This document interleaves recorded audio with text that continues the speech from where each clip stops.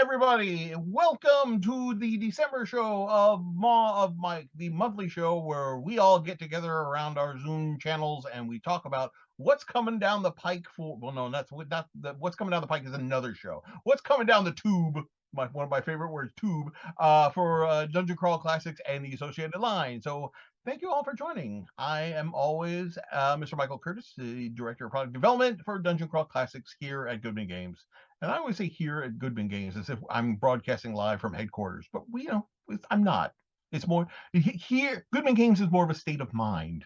So I am currently in that state of mind because I am here talking to you wonderful people. So I hope everybody has had a wonderful Turkey Day. If you indulged in such festivities here in the States and in our northern neighbors, and I hope you guys all had a good time. I know I have a sense that we're gonna have a slightly light audience tonight because it's the start of December and everybody's got stuff going on. So, but if you're tuning in, you'll be getting a heck of a show because I've got some great guests on and we got some good stuff to talk about.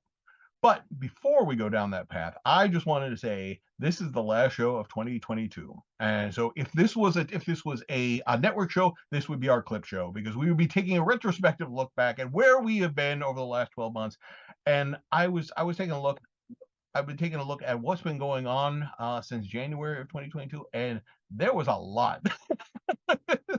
I have been on this job slightly over a year now, and wow, 2022, that we pumped out a lot of products. So, as a quick reminder of the quick trip down nostalgia lane, 2022 was the year we finally saw the DCC 100, Music of Spheres as Chaos, finally got kickstarted and is currently heading rapidly toward completion. We'll probably talk about that a little bit more for the show. We got the core DCC line going again. We got DCC 101, DCC 102, both out and on the shelves, and man, they sold great. Let me tell you, people were very excited to see the core DCC line after the last couple of that's 2 or 3 years, I think it was, before we got things going. So it was good to be back.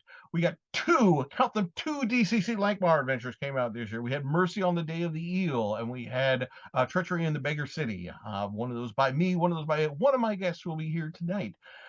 We had Free RPG Day. We had Danger in the Air. That was a kick off a weird fantasy sci-fi thing before Spelljammer came back. So there we go. And I think we did it better than Spelljammer. So eat that, Wizards of the Coast. No, I'm just kidding. Nah, you guys are wonderful. I love you guys. We also had DCC Empire of the East #1, The Hunt for the Howling God. Can you believe that?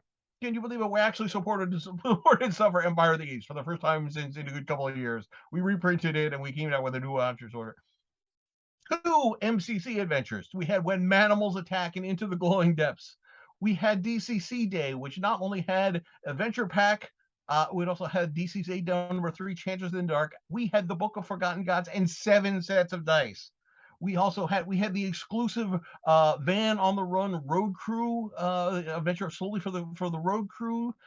We also had the Gen Con exclusive, The Sunless Garden for DCC. So I mean, when we kicked off our Indiegogo plan, we started reprinting some of the old stuff. So we had the Dungeon Alphabet came back, and we had Tome of Adventure #1, which collected the first group of DCC adventures, also right back into your hands in there. We kickstarted Dark Tower, the most successful Goodman Games Kickstarter that we have ever had for both 5e and for Dark Tower. And last but not least, we had 2 holiday adventures. We had Love in the Time of Gong Potters, and we had Night of the Bog Beast. And actually, we're going to have 3 holiday adventures before it goes on. That's a heck of a lot of stuff. And as much as I would love to take credit for doing all that, it was not all my stuff. It was the hard work of the writers, the editors, the artists, our art director, the poor people who are printing, the poor people at Studio 2 who shipped it to you. But I mean, it was good to be back after 3 years of somewhat somnolescence and sleepy time here at Goodman Game as we dealt with a pandemic and various other stuff. But wow. So, and we've got even more stuff going on for 2023. I can't believe it. I shouldn't everybody be talking to you people right now. I should be at home doing more for 2023. But that's how much I love you guys. So here I am talking about that stuff.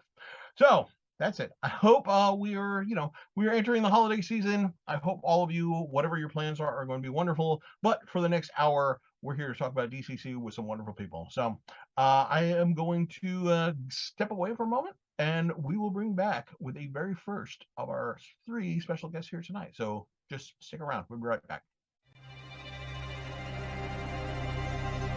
Hey, we are back, and joining me is a face and a name who is undoubtedly familiar to all of you wonderful fans out there for DCC and Mike. Joining me, Mr. Harley Stroh. Harley, how the heck are you, man? Hey, I'm well, Mike. Thanks for having me on. This is a real treat. I thank you for coming on. It's always a pleasure to see you.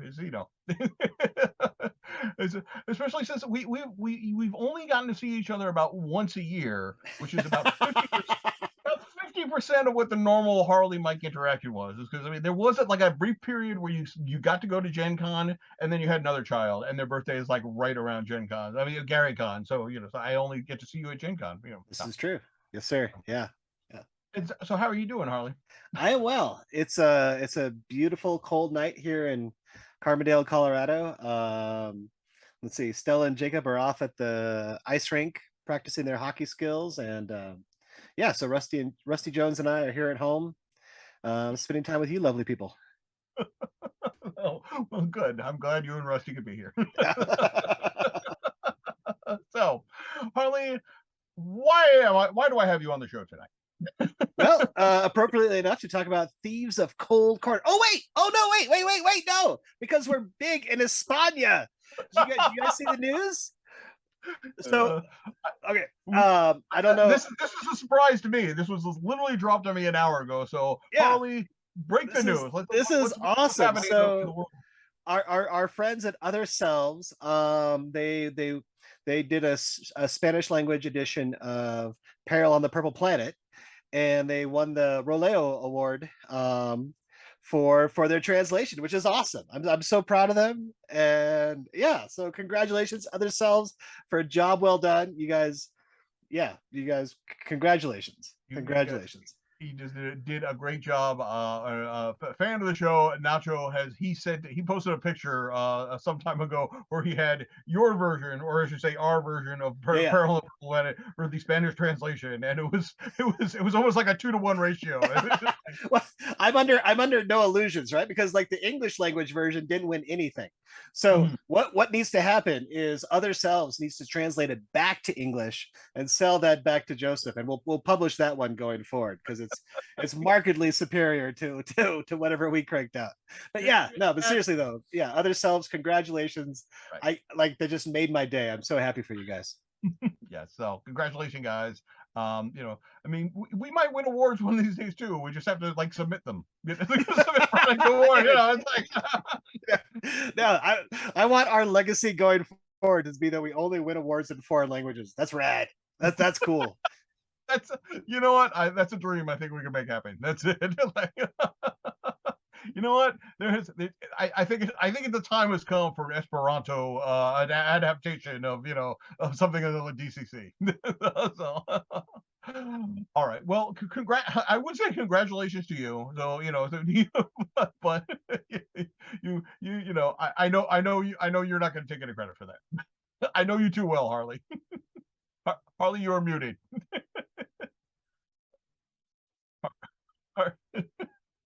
Harley.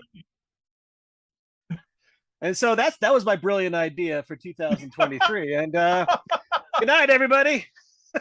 I was gonna say we have a German language edition and a Spanish language edition. We should when you decide to do the reprint, when you pull the trigger on that, we should totally get those guys to contribute like foreign language editions translated back to English for Peril on the Purple Planet. It'd be sweet. Maybe I'm already ahead of you.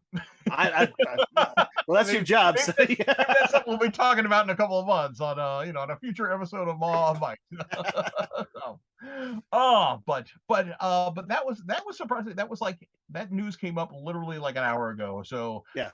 But there was a reason I was going to have you on the show before that, and that is to talk about something which is very appropriate for the holiday season, because it's about cold stuff. Thieves of Cold Corner. which would be DCC Lankmar number 14. Believe it or not, we are up there already. So Thieves of Cold Corner. What can you tell us about the Thieves of Cold Corner there? The Cold Corner. Now that I say it out loud, the Thieves of Cold Corner, maybe we have to too late to retitle it. Too So late. It's in foil somewhere already. Matt Hildbrand did all that hard work. You can't take it back. So Thieves of Cold Corner it's like all Lankmar adventures that are close to my heart. It's a heist. And it's essentially divided into two halves, right? So the first half of the adventure is you and your thieves traveling to Cold Corner, which is obviously made famous by Fafford's origin story, and performing a heist there. But then, like any good heist, the second half of the adventure is the PCs actually escaping. Like anybody can commit a crime. Can you like commit a crime and get away? Like the getting away is the hard part, right? Mm-hmm. Like any doofus can like commit a crime, but like getting away with it is what as gamers too often we don't think about, right? That's the weight of criminality. But and so so it follows the natural repercussions if you offend the snow women in the depths of winter, and you're fleeing south, and can you get to a warm climb fast enough before they catch you with their showering sheets of snow and ice and sending their minions through these portals to come get you. And so so that's Thieves of Cold Corner. It's fun because it draws on some of the original library works, but then also puts the PCs into positions where they've probably never been before.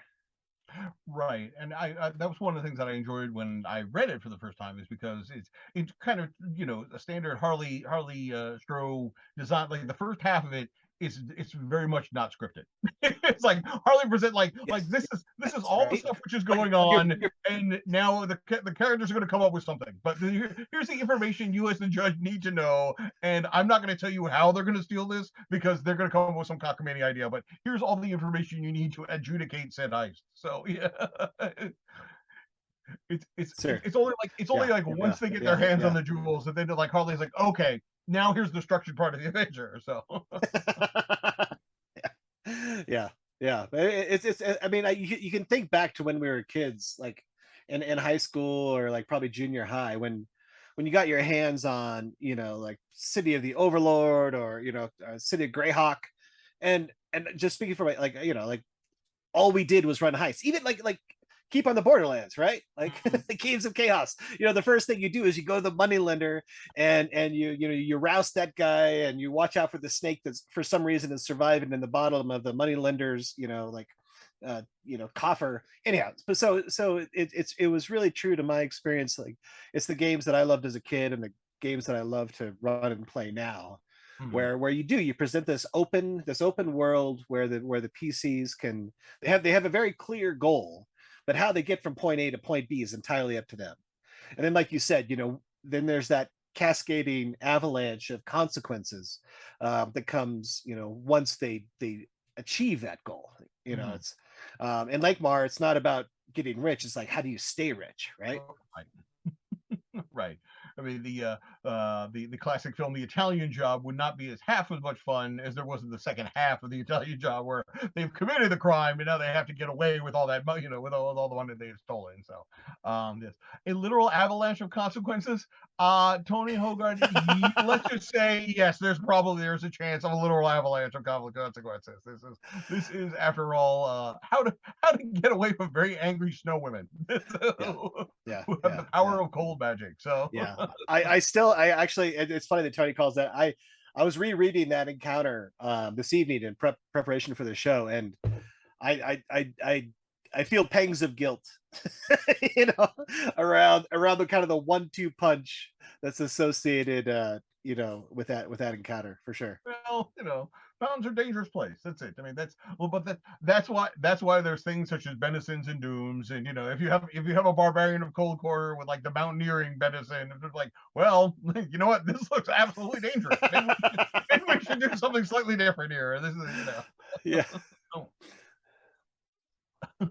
So So this is this you haven't this is like your first DC. Well, this I would say that this is the first DCC Lankbar adventure since Greatest Thieves of Lankbar, right? That's That was true. it.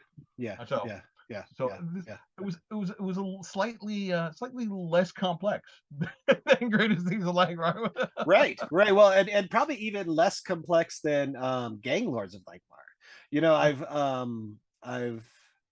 I don't know. I think my design sense is cyclical, and having come off of DCC 100 and Gang Lords, you know, I was really drawn to try to do something a little more easier for a judge to run at the table, that it wouldn't require a ton of prep, a lot of notes, um, and that you know that could be run fairly simply. And you know, but there's still those parts, right? Like the Scalds challenge to the PCs is going to require some, you know, awareness on the judge's part, and yeah. So I don't know. I really hope people like it. It was I really enjoyed writing it, and it was a ton of fun to run for my playtest groups. Mhm. So I hope that is borne out in people's tables at home. I think people are going to have fun for it. The more and more that I keep you reading your stuff, I realize is that like you and I share a lot of not. I'm not going to say because you do it better than I do, but like we have the same background of what interests us. I mean, because I was going through this and we have like when I'm reading it and like we get the Mary Lude you know, Yes. like Yeah. my okay. I'm like, I know what Mary Lou is. You know, I've heard that was just not bad for a guy from the eastern side of the United States, you know, but like how many often, like, you know, like I'm outside of say, you know, the UK, how many other people know about having to rap battle a horse skull, you know, in order to keep them from coming in your house and drinking all your booze, you know? But how fun, right? And then to build it into an adventure where like if you can anticipate that and meet it, like you can, you know, avoid, you know, like a third of the combat encounters. It's a I always love like when combat is actually a puzzle, you know, a disguised puzzle. Like, no, we're gonna present you with something to fight. But if you choose to fight it, you like sucker, like you've lost that window to try to solve it by another way, right? Like just because it's standing in front of you and has hit points, that never means that that you know by default you should be beating it up. And here there's this opportunity to to elude you know the snow women's, you know, minions, if you can do so intelligently. I don't know, it was a lot of fun. No, this one definitely is it's more it has more DNA with the jeweler who dealt in Stardust. I mean, this is very much like a simpler, you know, it just because it's simpler, like, I'm simpler composed compared to like DCC 100 or you know the Greatest Thieves of Lankbar. It's still there's still a lot of stuff going on here. Like the you know the trip home is interesting just because it's like well you know because we got to make it you know X number amount of days you know in order to get out of the reach of the snow women and you know there's little kind of encounters and challenges that you have to deal with. But Yeah, again, having to deal with him also, you know, there's also that there's that they the decision making progress is like okay, like you know, we could try to press on, or you know, we could kind of hunker down and hope for the best, or you know, like how are we gonna do? And this, of yeah, course, you know, the wizards are frantically like you know spell dueling, you know, like you know, trying to keep like the worst of everything from happening, and it's you know for a 10,000 12,000 page 12,000 word adventure, you know, it's a lot's going on there, yeah. and so I think people are gonna love it. I think people are gonna have a lot of fun with it too. So I mean, it's one of yours, and you know, you were one of the names out there that you know I can put Harley's name on it, and I know it's gonna sell. So you know, That's kind of you to say so, but you should have other selves translate it. yeah, that's right. Okay, let's say well, Yeah. this is gonna be huge in Spain. That's it. So we should have them publish just the bundle, you know, of like DCC Lankbar 1 through you know 14, and it's Oh, translated all, and there we go, and we all walk out of there winners. there we go. There you go. So no, so I mean, I have to say, one of the reasons I love this is that it is a heist adventure, but it does not involve a temple.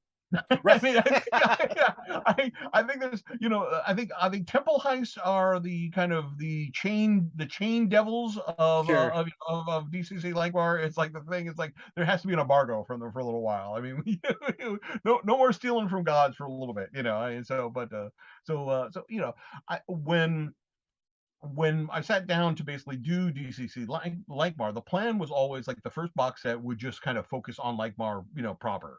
And then the idea was like the adventures, like after the initial run, we begin to kind of spiral outside of Langmar and we begin to start going to other places and everything. So I think so we're not quite in the second phase yet, but we're leading up to it because we had Mhm. Rats of Ilthmar, which kind of takes you to the next big state over. We've got with the Land of Late Cities, that was that took us across the Inner Sea, and we have this Thieves of Cold Corner, which takes us all the way to Fafford Land, and up there we had Treachery in the Beggar City, which takes us take us south, down to down.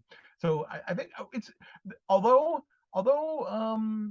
things don't always go this way. It seems like the design plan from now 6-7 years ago is actually coming to fruition. So No, it's really fun to see the different adventures. It's kind of that focal lens draws back, and the rest of like of Naywan, kind of comes into focus. And I mean, there's endless adventure really to be had with all the places that Liber left us. And this is this deals with Cold Corner, but it doesn't really deal with Stardock at all. There's a brilliant Stardock adventure that deserves to be written, and there's a lot of potential still for for adventure to be had. in retrospect, I know we missed something. We missed something in Thieves of Cold Corner. But I think that's just because it was a size thing. But here we go. This is for the 2023 yearbook. All right, Okay. here's something for you. I always pictured like once we came up with a carousing table. So we always had the carousing table. What was going on? And Ooh. I've always tried to fit in a new carousing table. Like I added one for the Land of the Eight Cities. I ended one. There's one in Treachery of Eight Cities.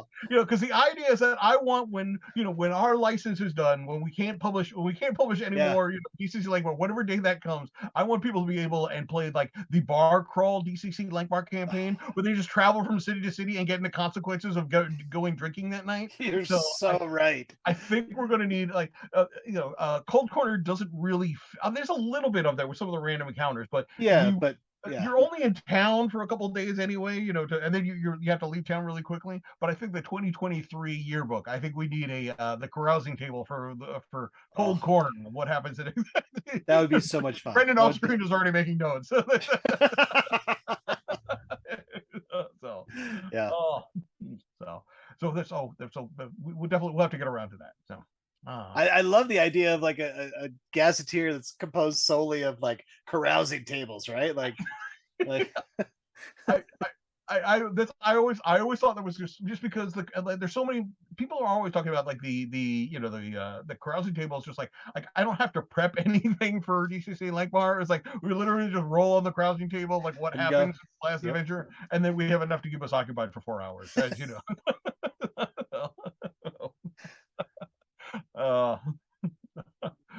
oh, so any final words about Thieves of Cold Corner or No, just that it was really a treat to write, and I can't wait to hear all the stories of just the different ways that player characters solve the challenges. It's always the heists where you're allowed creativity are the most fun, because like they'll come up with the crazy ideas, and somebody's going to put on that bleached horse head and like is going to be riding through the tent city. Like there's all sorts of like crazy solutions that players are going to come up with, and I can't wait to hear about them. So yeah. the other thing one other thing we left out, which could be done, is adjudicating the Evil Knievel ski jump over the over the broken bridge. That part's always grated on me. That's always like the whole like gunpowder, fireworks getting launched across, the old bridge. That I as when as a child of 9, when I probably first read the story, as to Harley when he was when he read it 6 months ago to to review. I've never enjoyed that moment. Never. Oh, I love it, man. That is such a moment. I'm gonna take All that. right. That proves that Fafford is a player character. It's like, all right, I got 2 rockets. I'm gonna put them under my arms. I'm gonna lock them. Then I come down there at the Well, last minute. I'll let it go. that's your supplement, right? You know, Right. the gunpowder of Nawan and yeah. Look, if Gandalf can do it, so can Fafford. That's it. You know, yep, yeah, it's true. That's actually a really good point. Ooh, you know, too much of a nerd. I want, yeah. All right. Well, thank you very much for coming on and talking about the Thieves of Cold Corner, DCC Langbar. That is going to that's I believe actually it is up for pre-order. And actually, I know it's up for pre-order because I know people are already posting posting clips from the PDF. Oh, So if you nice. pre-order now, you get instant access to the PDF. So in about 45 minutes, log off the show. They have it already pre-order Thieves of Cold Corner, and by this weekend, you could be running DCC Langbar and rap battling horse skeletons and stealing invisible gems from the snowman. So There you go. There you go. That's what it. what better way to get ready for the holiday spirit? Awesome. Well, thank you, So Mike. Thanks everybody for thank having me on. thank you very much, everybody. We'll be back in just a few minutes with our next guest, few moments with our next guest. So just stick around. Hey everybody, Hey, I am back with a familiar face. Undoubtedly, you've seen this character hang around, if not here on Keep Crawling with Mike and Brendan. Everybody, Mr. Brendan LaSalle. Brendan, hey, thank you for joining us virtually again. How are you? I'm doing great. Thank you so much for having me on tonight. Hey, thank you for contributing to one of the many products we're going to be talking about tonight on the show, and that would be holiday mod. So we've got holiday module number 11, which is Came the Monsters of Midwinter. So this is, Yes. I know people are already talking about this, but what is DC what is holiday module number 11? Came the Monsters of Midwinter, Mr. Brendan LaSalle. All right. So, Came the Monsters of Midwinter is this year's Christmas adventure. It takes place in the Shutter Mountains during a holiday called the days leading up to the Sovereign Night, which is a holiday that those of us here in the United States might find very recognizable in a lot of ways, and a lot of things familiar about it. And it's about some bad men come to town and try to ruin the holiday spirit, and our folk heroes have to take a stand, do what's right, and hopefully on the way learn a little bit about the true meaning of the Sovereign Night. As every good holiday special should be. Absolutely, yes. This is kind of my tribute to all the holiday specials of my youth. You know what I mean? Like, it really, in some ways, it really feels like, I let that kind of guide me, that kind of aesthetic, that like this is really about like, this, obviously as an adventure, but it's about like getting to know your neighbor as in being a good citizen of the town, and and gift giving, all that.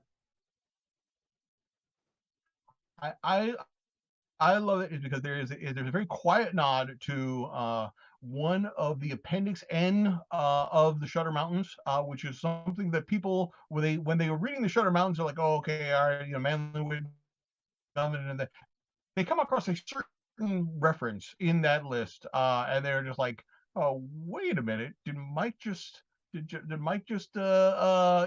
name check Emmett Otter's Jug Band Christmas? And yes, that is correct. so And Otter's Jug Band so there Christmas is is there is a fantastic. little bit of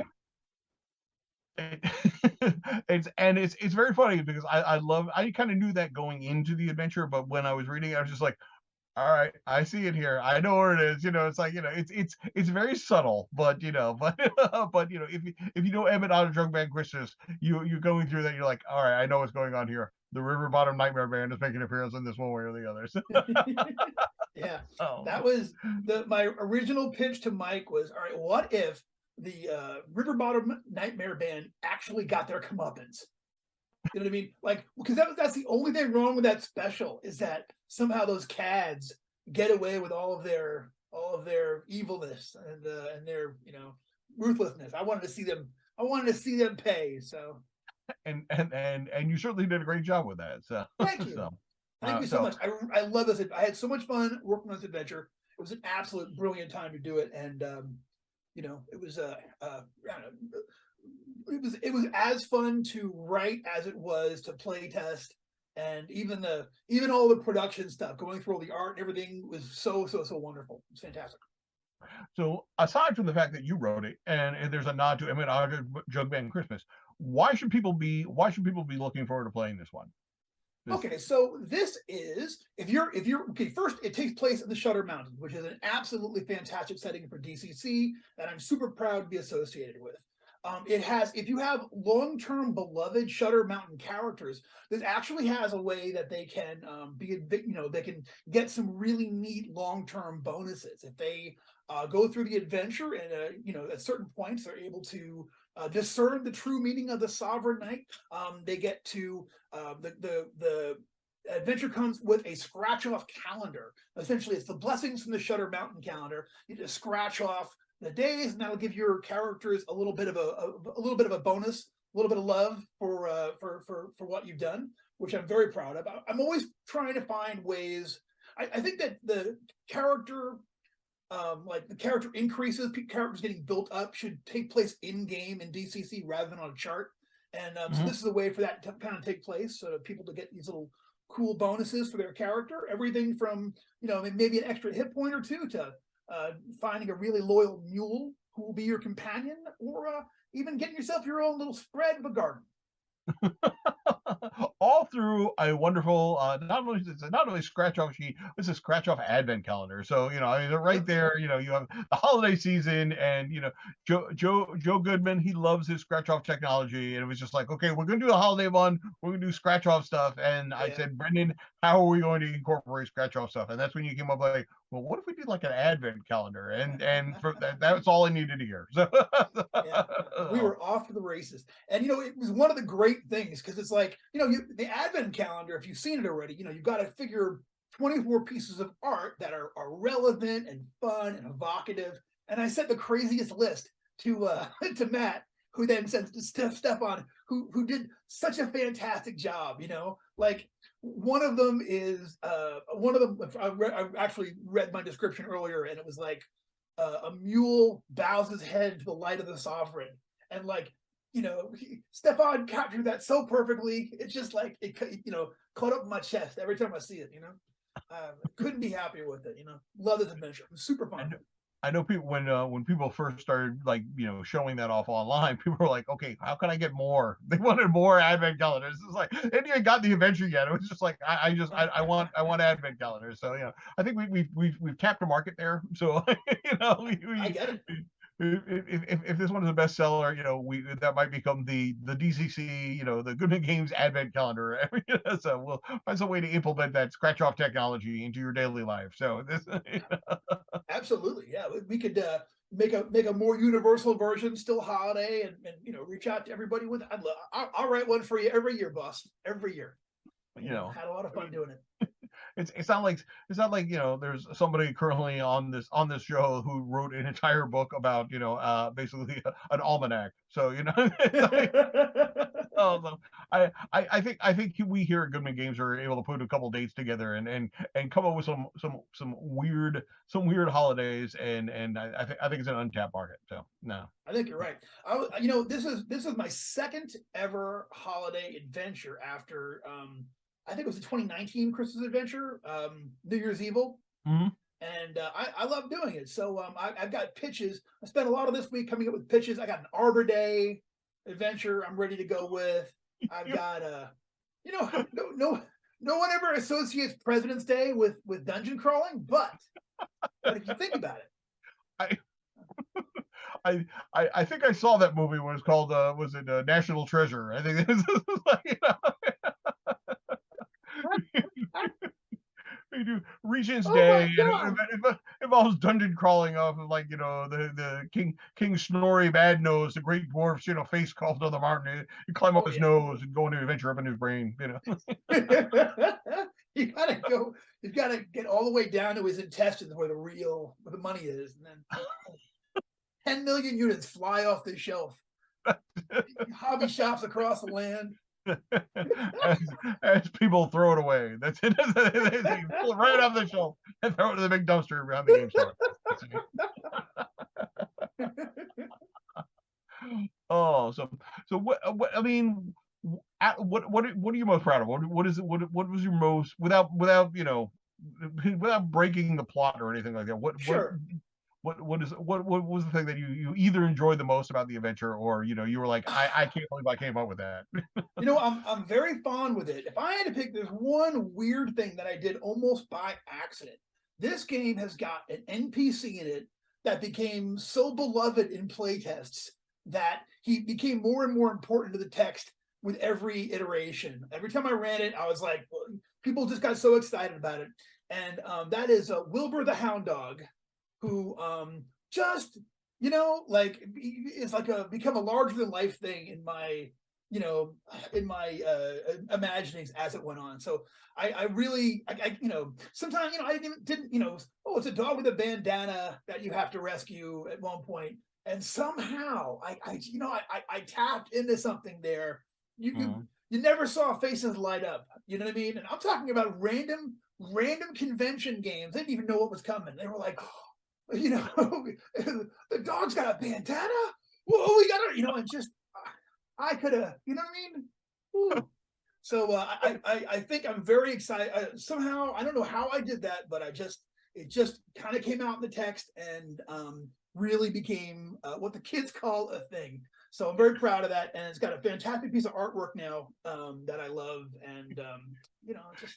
I remember when we were discussing it, you were basically like, "Who can say no to a dog with bandana?" It's just like, there's always that, like, when an NPC shows up, your classic group of murder hobos, like, "Oh, I don't know if we can trust this guy. He's probably a doppelganger or something like that." It's a dog in a bandana. It's cool. It's like we know we can trust him. That's it. Like. It's totally true. I don't know how it. Like I said, it just kind of popped out of my face at a game one time, and then I don't know. I think I think I found I tapped into a universal form, possibly. Plato's reliable NPC. So. And I love that in the adventure itself, it hints that Wilbur is actually involved with other, like, animal adventuring dogs, or other animals in the Shutter Mountain. So I'm thinking we need that adventure. I think we need that. Maybe that's the yearbook thing right off the carousing table. It's got 5 pre-jammed animals in the Shutter Mountains, and what they're getting up to, when the humans aren't looking. I would absolutely, yes. like a crime fighting possum, like a bear brick, the bear tank. They got like a raccoon magic user. That's I know, right? I'm so with it. You know what I mean? Like a skunk a misunderstood skunk with a heart of gold. You know what I mean? Like I think it's I think would it be Critter Crawl Classics though? I mean, Critter Crawl Classics. I'm telling you. That Pugmire game seems to be burning. I'm seeing there's an audience for that. I mean, no. But you know what though? I think it speaks to the setting. I think that we created a thing with Shutter Mountains, this sort of like, that feels very country and very down home, and like, I mean, here in the South, dogs are family. You know what I'm saying? And I think that like, I think that is something that I don't know. It kind of got baked into this adventure, but I think it's a very real, real thing. I think that your animals are really important to how you live, and I think it's a function of the overall coolness of Shutter Mountains, that an NPC like that could absolutely not just work, but not be like, not only work, but also not be like weird, not be like a transgressive thing where it's just like, nope, here he is, and of course he lives here. Of course that dog lives in the Shutter Mountains, and of course we have to rescue him. You know what I mean? So this is we're gonna need a funnel adventure for all the animals that go along with the 0 level funnel. It's like they have their own separate adventure. This is how you get to be the invisible chicken. This is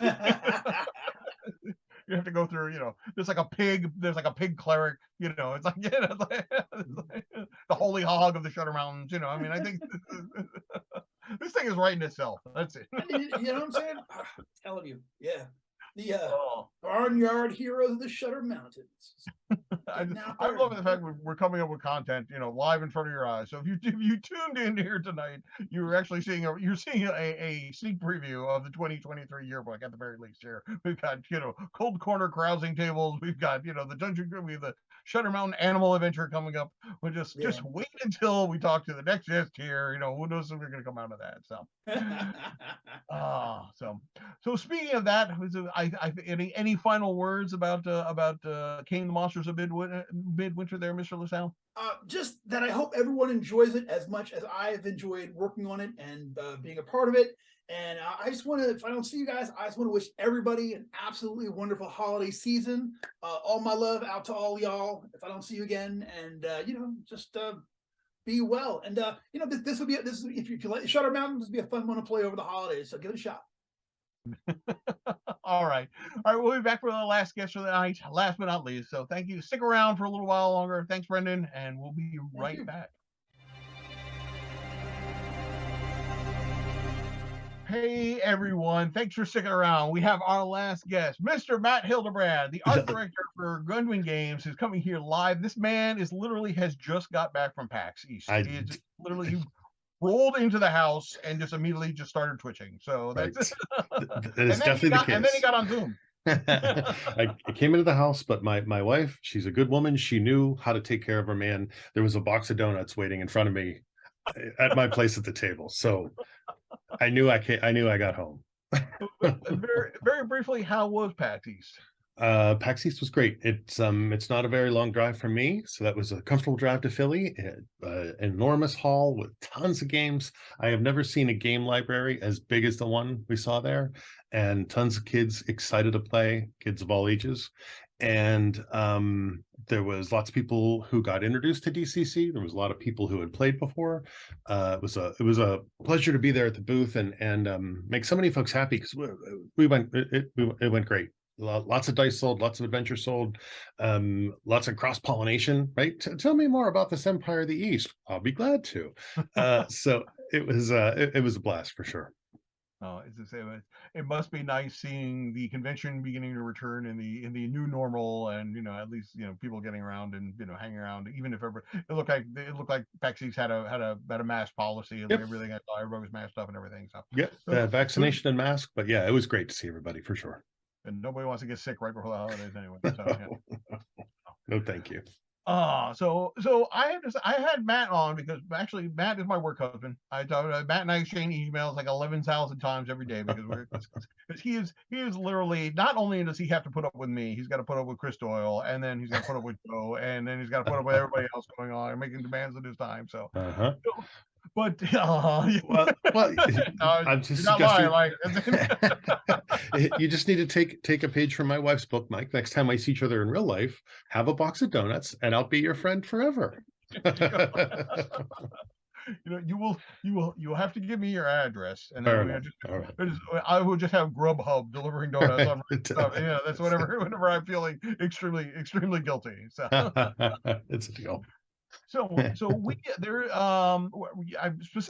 you are joining me tonight because we're going to talk about the Mutant Crawl Classics rulebook is getting a reprint. So that is hitting stores this month. And we did a little something different this time around. So, well, it's not completely different, but it's different in a way of we have the normal Doug Kovacs cover, which is kind of the evergreen cover, but we also have a cover by Peter Mullen. We do. Yep. We let Peter Mullen loose on a MCC cover. We said, do whatever you want. And he came back not only with a cover, but a wraparound cover. So this thing is front and back and spine, the whole deal. And it's just like Peter in certain ways. Like he used amazing colors from top to bottom on this thing. I think you can see it on screen there. There's amazing creatures. Weird with a capital W. It fits MCC while also feeling very different from a lot of MCC that we've seen so far. And he pulled off a Peter Mullen composition that no one else could figure out. It's amazing top to bottom. I think that cover is so good because there's a certain one of the things where I don't think MCC as written does as good as DCC. DCC is very much like a toolkit because it has all this different DNA in it. So like you can use DCC to run everything from like Conan to Grid to Great to Fafnir the Grey Mouser to to Lovecraftian horror and everything because it's all there. And with Crawl class, there's kind of like a built-in there's kind of a built-in setting. And there's always something which I'm just trying to blow up and make. I want people to realize that you can do more stuff with this. I think Peter Mullen's cover is just like, wow, this is like I could use this to make this, but I would never have come up with this just by reading like just some of like the appendix N of MCC. I think I love this. He just blows up the concept so much, and Yep. I totally agree with that. And I think that's the what art does best, right? Is kind of, well, I should say what art and words do the best is they kind of push each other, right? Like you guys come up with amazing concepts that the artist can work off of. And sometimes it's nice to go the other way too. Like, hey, look at all this weird stuff. Make a story about this. as someone who had to write an adventure based on Errol Otis's work, I know that can be very challenging. I think Imprisoned in the Godskull has the most amount of drafts of everything I worked because everything was just like, this is not weird enough for this. This is like, this is not this level is I'm not there yet. And eventually that's where it came up. Oh yeah, so there's a giant god skull orbiting the planet, and there's like a demon imprisoned in it. I was like, this feels sort of weird enough for an Errol piece, so let's go with that. So, That's awesome. So this is this one is going to be available. This is like many of the alternate cover. This is going to be a limited edition. So if you really love the Peter Mullen color, do not hesitate to pick it up. I mean, I believe if it's hitting the stores, it should be available for pre-order up on the website. If so, if you love that cover, definitely worthwhile pick it up. So this was one of the easier jobs that you had because basically it was just like Peter, just do what you do, but but totally the case. You have been you have been swamped with many other stuff, which is slightly less easy to wrangle around. So let's talk briefly about for example, Dungeon Denizens, which I mean we're really getting close to that Kickstarter is getting closer all the time. But yeah, I think that while I was at PAX, I actually felt Chris Toy was vibrating. He was so excited that it's finally going to become a real thing. Over 500 monsters. There's going to be one version of the book that's all for 5e, and there's going to be one version that's all for DCC, and all of those monsters are going to be color top to bottom. And then we probably have a significant portion of those pieces of art done. We have other artists still working on a few, but I think that as far as the contents of the book, I mean, you know better than I do, Mike, but I think we're in really, really, really good shape with that. It is basically written at this point. I just Chris and I one of the things this is one of the projects that has been I started converting monsters in March of 2020, like when COVID first hit. It was just like basically I was working on a grant at that point, and the university shut down, so I was on hiatus. So I wasn't able to do anything. And Joe and Chris was like, "We have this project. You want to start converting monsters over to 5e?" I'm like, "Sure, I can do that." And then from there, so this has been going for a long time. And now Chris and I are both just like, all right, let's make sure that we didn't miss anything. It was like more than 500 monsters in there, and we're like, okay, let's make sure we do have all those monsters here because we're gonna have art for everything else. So it's just all that kind of that final little tweaking and making sure everything. And I do not relish Chris's responsibility because like the D&D 5.5 basically came along since when he started working on this. So he had to go back and like tweak the way that he did like monsters and everything. So it's like God bless DCC. It's like that crazy. Looks good enough from here. Like I don't have to worry about math. It's like, Amen. Well said. So I think every company which is worth its salt, have their style. They have something that you can tell you can tell you can tell like an old school TSR module just by looking at like the trade dresses there and everything. As much as like when the old school Renaissance came on, like so many people tried to ape that Goodman Games, originally too, like the early DC stuff, the early DCC line. That was that trade dress was basically you look at that like you knew what you were getting. But that has since changed. I would say once the DCC RPG came out, and that's Joe was taking very much he was taking inspiration from like the old kind of like Weird Tales and the old like the pulps, and that's a very much that cover art, which is starting with Doug Kovac's lines of covers and everything like you knew what you were getting. But Joe was not one to rest upon his laurels. No, and no. I think the if anybody has been picking up products recently, they're able to pick out what a Goodman game cover is from what else is on the shelf. And the reason for that is it's a 4-letter word that starts with F. And that word is foil. Foil, yes. So Totally the case. Many a discussion, which I am luckily not involved with, but I get to watch on the sidelines. You and Joe talk a lot about foil. I think that's true. Yeah. You inform the people at home because there's a lot of thought that goes in. It's not just like, oh, let's make it look pretty. I mean, yeah. I'm glad you brought that up. I mean, truthfully, that could have been part of the topic of the conversation with Peter's MCC cover, because that cover we showed that will be the one that's attached to the PDF if you buy it. But the real cover, of course, is going to have some foil applied, and it is an extra process. It's definitely a little more expensive to do, but I do think it makes all of the modules, all the books stand out a little bit more. It's in most cases, printing is just 4 colors, CMYK, and you put those on the cover, and then that's all there is to it. In this case, though, we're doing a 5th color, and in this case, we have to pick a foil color that is appropriate for the color, and then Matt has to create different printer files for that, and he gets to go through this. I don't know if this book is going to represent, but page after page of foil options that are disappearing in front of us, and I will say that there is a product, like you mentioned, Mike. First of all, Joe doesn't rest on laurels. Second of all, he will even one foil isn't enough. Sometimes you need a cover with not only 4 colors of ink, but not 1 color of foil, but 2 colors of foil. Yes. And that one just got sent to the printer for a product that should remain nameless, but is coming in the future. Yeah, I remember there was that one discussion. I remember watching the email chain. It's like, can you put foil on top of other foil? It's foil all the way down at this point. Like I'm thinking that meme was like, "Yo, dog, I heard you like foil, so I put foil on your foil." It's like exactly. Oh, yes, and I know we just put a big project to bed, which was literally like, can we do all of that in foil? So poor Stefan had to go back and basically like redo his entire color scheme because we replaced an entire shade of one cover with just foil. So yeah. It would go great here. Foil.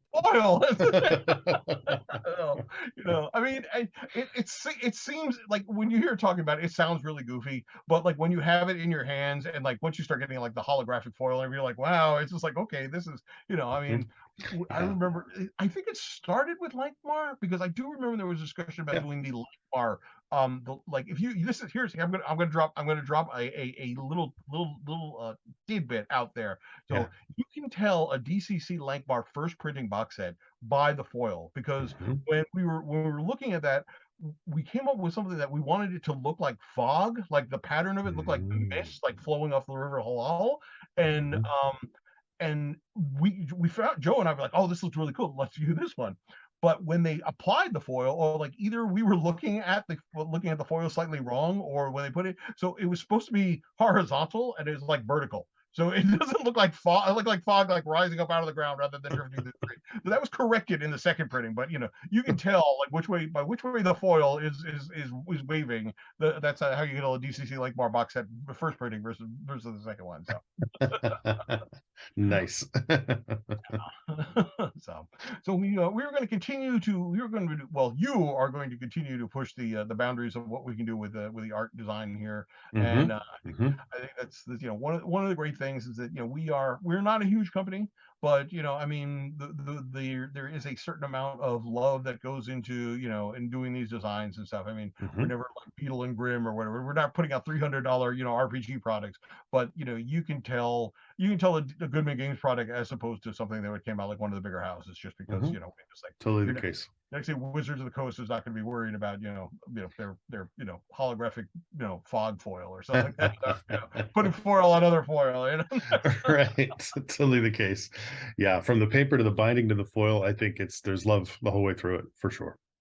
I can't let you go, Howard. We're talking about mentioning DCC 100 because that's another project which is there is a lot of art involved in that, and that is really coming along well. I mean, there's I know Joe has been sharing with the updates. People have been seeing what people are going on, constantly astounding of what the artists are developing, and I think we're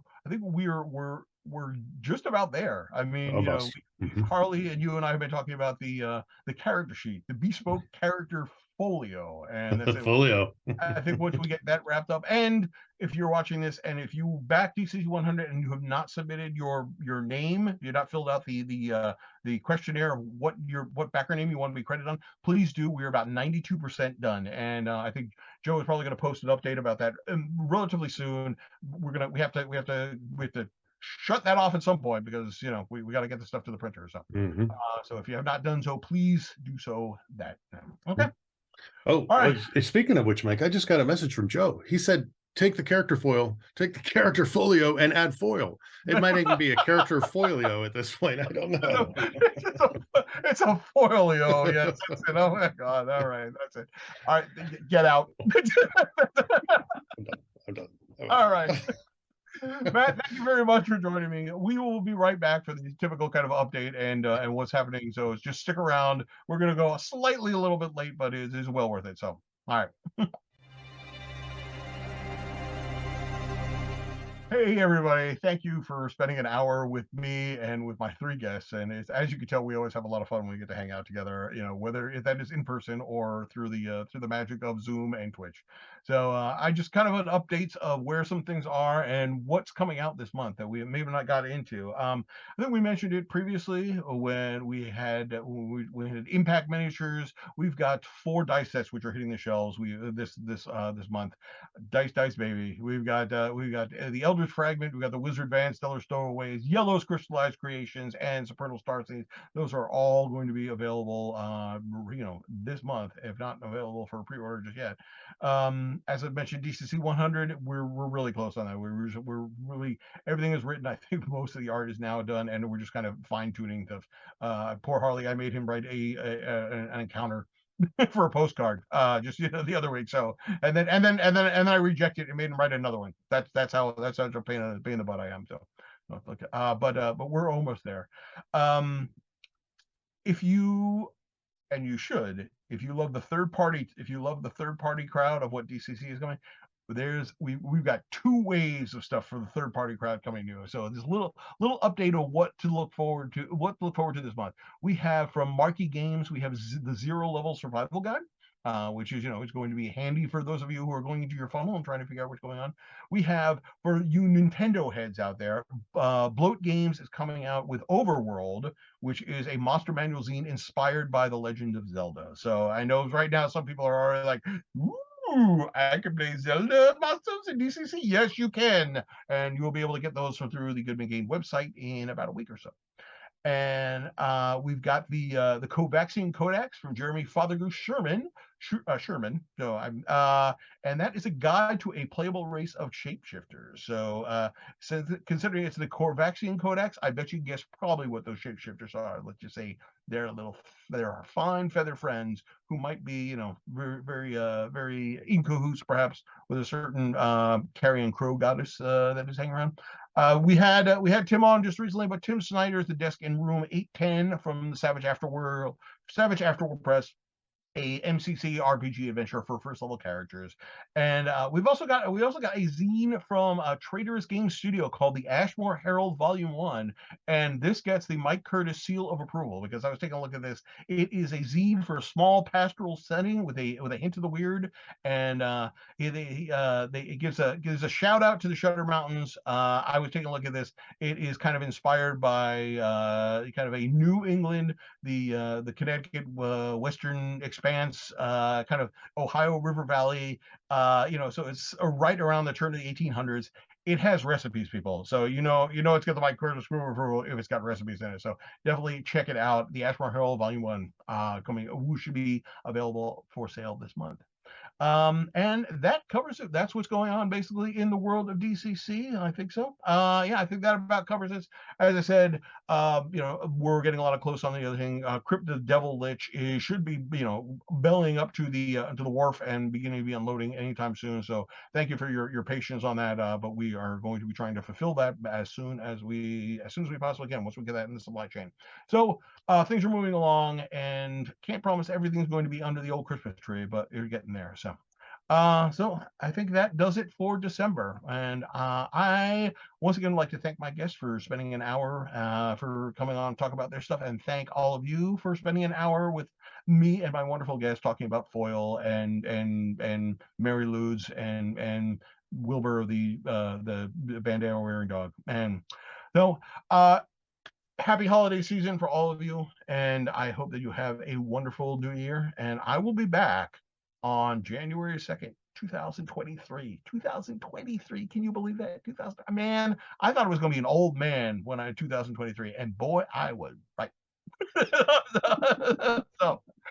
so thank you very much, everybody, and remember, until I see you next month, stay awesome. All right, so take it easy, everybody. Have a good night.